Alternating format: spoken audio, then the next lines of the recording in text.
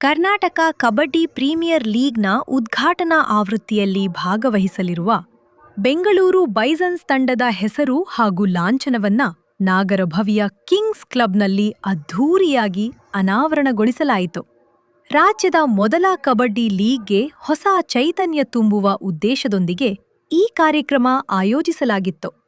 AVA ಸೊಲ್ಯೂಷನ್ಸ್ನ ವ್ಯವಸ್ಥಾಪಕ ನಿರ್ದೇಶಕ ಹಾಗೂ ಬೆಂಗಳೂರು ಫ್ರಾಂಚೈಸಿ ಮಾಲೀಕ ಆನಂದ್ ಗೌಡ ಡಿಎಸ್ ತಂಡದ ಅಧಿಕೃತ ಲೋಗೋ ಮತ್ತು ಪ್ರಚಾರ ವಿಡಿಯೋ ಬಿಡುಗಡೆ ಮಾಡಿದ್ರು. ಒಂದು ತಂಡ, ಒಂದು ನಗರ, ಒಂದು ಹೆಮ್ಮೆ ಎಂಬ ಧ್ಯೇಯ ವಾಕ್ಯದೊಂದಿಗೆ ಬೆಂಗಳೂರು ಬೈಸನ್ಸ್ ತಂಡ ಕರ್ನಾಟಕದ ಯುವ ಪ್ರತಿಭೆಗಳಿಗೆ ವೇದಿಕೆ ಕಲ್ಪಿಸುವ ಸಂಕಲ್ಪ ವ್ಯಕ್ತಪಡಿಸಿತು.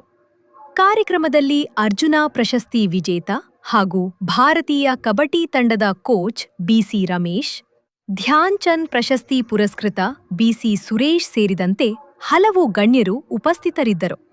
ಇದೇ ವೇಳೆ ನಾರಾಯಣಸ್ವಾಮಿ ಅವರನ್ನು ತಂಡದ ಮುಖ್ಯ ಕೋಚ್ ಹಾಗೂ ಮಧು ಬಿಸಿ ಅವರನ್ನು ಸಹಾಯಕ ಕೋಚ್ ಆಗಿ ಪರಿಚಯಿಸಲಾಯಿತು.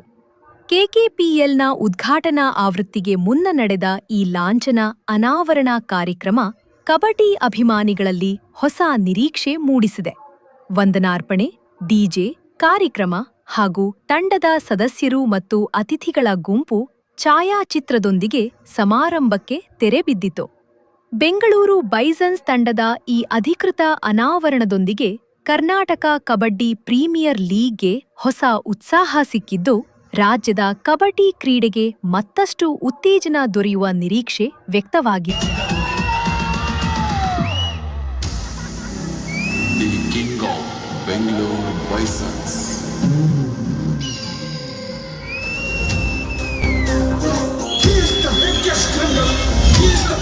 Sir, ಹಂಗೆ ಒಂದು ಸ್ಟೆಪ್ ಆಗಿ ಆನಂದ್ ಸರ್. ನೀವು ಮಾತ್ರ ಅವನ ಗಡ್ಡ ನಿಲ್ಲಕ್ ಹೋಗ್ಬೇಡಿ sir.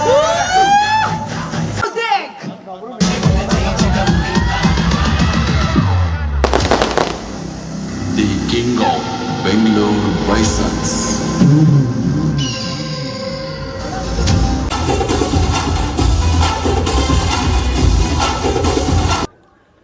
Thank you so much. Today ಇವತ್ತು ಬ್ಯಾಂಗ್ಳೂರಲ್ಲಿ ಐತಿಹಾಸಿಕ ಒಂದು ಇತಿಹಾಸ ಸೃಷ್ಟಿಯಾಗ್ತಾಯಿದೆ. ಫೈನಾನ್ಸ್ ಪ್ರೈವೇಟ್ ಲಿಮಿಟೆಡಿಂದ ಕರ್ನಾಟಕ ಕಬಡ್ಡಿ ಪ್ರೀಮಿಯರ್ ಲೀಗ್ ಅದು 1 ಮಂತ್ ಬ್ಯಾಕ್ ಅನೌನ್ಸ್ಮೆಂಟ್ ಆಗಿತ್ತು. ಇದು ಎಲ್ಲ ನಮ್ಮ ಹಳ್ಳಿಯಲ್ಲಿರ್ತಕ್ಕಂಥ ಪ್ರತಿಯೊಂದು ಕಬಡ್ಡಿ ಆಟಗಾರರಿಗೆ ಒಂದು ಸ್ಫೂರ್ತಿಯಾದಂಥ ದಿನ.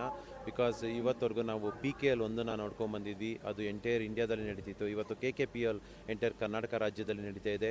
ಹಲವಾರು ಜಿಲ್ಲೆಗಳಿಂದ ಆಯ್ಕೆಯಾಗಿದ್ದಾರೆ. ಸೊ ನೂರಾರು ಸಂಖ್ಯೆಯಲ್ಲಿ ನಮ್ಮ ಕಬಡ್ಡಿ ಸ್ಪರ್ಧಿಗಳು ಆಯ್ಕೆಯಾಗಿದ್ದಾರೆ. ಅಂಥದ್ರಲ್ಲಿ 8 ಒಂದು ತಂಡವನ್ನು ಮಾಡಿದ್ದಾರೆ, 8 ಫ್ರಾಂಚೈಸಿ ಓನರ್ಸ್ ಇದ್ದಾರೆ. ಅದರಲ್ಲಿ ನನಗೆ ಹೆಮ್ಮೆಯಾದಂಥ ವಿಷಯ ಏನಂದರೆ, ಬ್ಯಾಂಗ್ಳೂರ್ ಫ್ರಾಂಚೈಸಿ ಓನರ್ ಆಗಿ ನಾನು ಬ್ಯಾಂಗ್ಳೂರ್ ಟೀಮ್ನ ಖರೀದಿ ಮಾಡಿದ್ದೀನಿ. ಇವತ್ತು ನಮ್ಮ ಆ ಟೀಮ್ನ ಒಂದು ಲೋಗೋ ಮತ್ತು ನೇಮ್ ರಿವೀಲ್ ಈವೆಂಟ್ನ ಕೂಡ ಆಯೋಜಿಸಲಾಗಿತ್ತು. ಸೊ ನೂರಾರು ಜನಗಳಿಂದ ಬಂದು ಅವರ ಒಂದು ಸ್ಪೋರ್ಟ್ಸ್ನ ಮೋಟಿವೇಶನ್ ಥರ ಭಾಗವಹಿಸಿ ನಮಗೆಲ್ಲ ಹರಿಸಿದ್ದಾರೆ. ಮುಂದಿನ ದಿನಗಳಲ್ಲಿ ಫೈನ್ ಸ್ಪೋರ್ಟ್ಸ್ ಪ್ರೈವೇಟ್ ಲಿಮಿಟೆಡ್ ಕಡೆಯಿಂದ ಬರ್ತಿರ್ತಕ್ಕಂಥ ಈ ಕರ್ನಾಟಕ ಕಬಡ್ಡಿ ಪ್ರೀಮಿಯರ್ ಲೀಗ್ ಅತಿ ಹೆಚ್ಚು ದೊಡ್ಡ ಮಟ್ಟದಲ್ಲಿ ಬರ್ತದೆ. ನಾವು ನಮ್ಮ ಟೀಮ್ನ ಬ್ಯಾಂಗ್ಳೂರ್ ಬೈಸನ್ಸ್ ಅಂತ ಇವತ್ತು ಲೋಗೋವನ್ನು ಮತ್ತು ಟೀಮ್ ನೇಮ್ನ ರಿವೀಲ್ ಮಾಡಿದ್ದೀವಿ.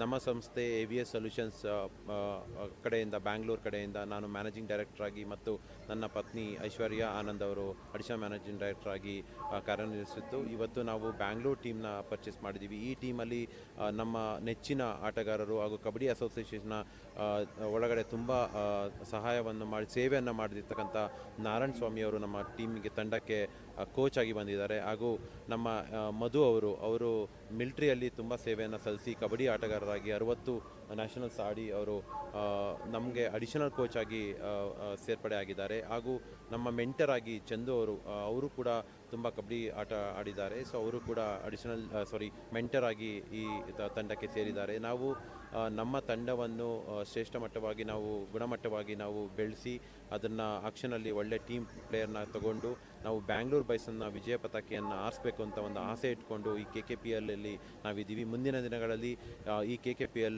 ಅಂತಾರಾಷ್ಟ್ರೀಯ ಮಟ್ಟ ಹಾಗೂ ನ್ಯಾಷನಲ್ ಲೆವೆಲ್ಸ್ ಅಲ್ಲಿವರೆಗೂ ಹೋಗಬೇಕು ಅಂತ ನಾವು ಆಶಿಸ್ತೀವಿ. ಹಾಗೂ ಬ್ಯಾಂಗ್ಳೂರು ಬೈಸನ್ಸ್ನ ಪ್ರತಿ ಸಹಾಯವನ್ನು ಹಾಗೂ ಸಪೋರ್ಟನ್ನು ನಾವು KKPLಗೆ ನಾವು ಕೊಡ್ತೀವಿ ಅಂತ ಹೇಳಿ. ತುಂಬ ಜನ ಇದ್ದಾರೆ, ಸುಮಾರು ಒಂದು 250ಕ್ಕೂ ಹೆಚ್ಚು ಜನ ಇದ್ದಾರೆ. ನನ್ನ ನಿರೀಕ್ಷೆ ಹಿಂಗೆ ಪ್ರೋ ಕಬಡ್ಡಿ ಮತ್ತು ಹಲವಾರು ರಾಜ್ಯಗಳಲ್ಲಿ, ರಾಜ್ಯ ಮಟ್ಟದಲ್ಲಿ, ನ್ಯಾಷನಲ್ಸಲ್ಲಿ ಆಡಿರತಕ್ಕಂಥ ಪ್ರತಿಯೊಬ್ಬ ಪ್ರತಿಭಾವಂತರು ಇದ್ದಾರೆ. ನಮಗೆ ಅದೇ ಆದಂಥ ಲಿಮಿಟೆಡ್ ಬಜೆಟನ್ನು ಕೊಟ್ಟಿದ್ದಾರೆ. ಸೊ ಆ ಬಜೆಟ್ ಒಳಗಡೆ ನಮಗೆ ಬೇಕಾದಂಥ ಒಬ್ಬರನ್ನ ನಾವು ತಗೊತೀವಿ, ಅವ್ರನ್ನ ಕ್ಯಾಪ್ಟನ್ ಆಗಿ ಮಾಡಬೇಕು ಅಂತ ಇದ್ದೀವಿ. ಅದು ಕಾದು ನೋಡಿ, ಯಾಕೆಂದರೆ ನಾವು ಅದನ್ನು ನಾನು ನನ್ನ ತಂಡದಲ್ಲಿ 14 ಜನನ ಕ್ಯಾಪ್ಟನ್ ಅಂತ ನಾನು ಘೋಷಿಸ್ತೀನಿ. ಯಾಕೆಂದರೆ ಈ ತಂಡಕ್ಕೆ ನಾನು ಫಸ್ಟಾಗಿ ಹೇಳಿದು ಓನರ್ ಆಗಿ ನಾನು ಈ ತಂಡದ ಜಸ್ಟ್ ಓನರ್ ಆಗಿ ಪ್ರತಿಬಿಂಬಿಸ್ತೀನಿ. ಅದು ಬಿಟ್ಟರೆ ನಮ್ಮ ಟೀಮಿನ ಪ್ರತಿಯೊಂದು ಹೊರೆಯನ್ನು ಒತ್ತಿ ಇದನ್ನು ಮುಂದೆ ನಡ್ಕೊಂಡು ಹೋಗೋಂಥ ಕಾರ್ಯಕ್ರಮನ ಮಾಡ್ತಾ ಇರೋರು ನಮ್ಮ ನಾರಾಯಣ ಸ್ವಾಮಿಯವರು. ಅವರಿಗೆ ನನ್ನ ಒಂದು ಮತ್ತು ನಮ್ಮ ಕಂಪನಿಯ ಸಂಸ್ಥೆಯ ಅಧಿಕಾರವನ್ನು ನಾನು ಅವರಿಗೆ ಕೊಡ್ತಾ ಇದ್ದೀನಿ. ಯಾಕೆಂದರೆ ಅವ್ರದ್ದೇ ಜವಾಬ್ದಾರಿ ಇರ್ತದೆ ಮತ್ತು ನಮ್ಮ ಅಡಿಷನಲ್ ಕೋಚ್ ಕೂಡ ಅವ್ರದ್ದೇ ಜವಾಬ್ದಾರಿ ಇರ್ತದೆ. ಪ್ರತಿಯೊಬ್ಬರು 14 ಜನ ಯಾರು ಸೆಲೆಕ್ಟ್ ಆಗ್ತಾರೆ ಅವರೇ ಕ್ಯಾಪ್ಟನ್ ಆಗಿ ಮುಂದೂಡ್ತಾರೆ ಅಂತ ಒಂದು ಮಾತನ್ನು ಹೇಳ್ತೀನಿ.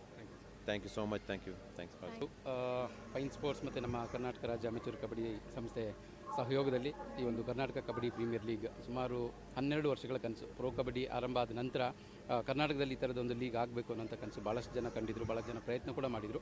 ಸೊ ಈಗ ಅದಕ್ಕೆ ಒಂದು ಒಳ್ಳೆ ಟೀಮ್ ಸೆಟ್ ಆಯಿತು ಒಂದು ರೀತಿಯಲ್ಲಿ. ಹಾಗಾಗಿ ಕಾರ್ಯರೂಪಕ್ಕೆ ಬಂದಿದೆ. ನಾವು ಅಂದ್ಕೊಂಡಿದ್ದಕ್ಕಿಂತ ತುಂಬ ಒಳ್ಳೆ ಫ್ರಾಂಚೈಸೀಸ್ ನಮ್ಗೆ ಸಿಕ್ಕಿದ್ದಾರೆ. 8 ಫ್ರಾಂಚೈಸಿ ಇರುತ್ತೆ ಈ ಒಂದು ಲೀಗ್ನಲ್ಲಿ. ನಾವು ಎಕ್ಸ್ಪೆಕ್ಟ್ ಮಾಡಿದ್ದಕ್ಕಿಂತ ತುಂಬ ಒಂದು ಕೋಆಪರೇಟಿವ್ ಇರೋಂಥ ಓನರ್ಸ್ ಇದ್ದಾರೆ. ಕಬಡ್ಡಿ ಮೇಲೆ ಪ್ರೀತಿ ಇರೋರೇ ಹೆಚ್ಚಿಗೆ ನಮಗೆ ಸಿಕ್ಕಿರೋದು. ಕಬಡ್ಡಿ ಬೆಳೆಯೋದ್ರಲ್ಲಿ ಅನುಮಾನನೇ ಇಲ್ಲ. ಸೊ ಅಂದ್ಕೊಂಡಿದ್ದಕ್ಕಿಂತ ಜಾಸ್ತಿ ಮಟ್ಟದಲ್ಲಿ ಆಲ್ರೆಡಿ ಬೆಳೆದು ನಿಂತಿದೆ ಅಂತಲೇ ಹೇಳ್ಬೋದು ಈ ಲೀಗ್ ಕೂಡ.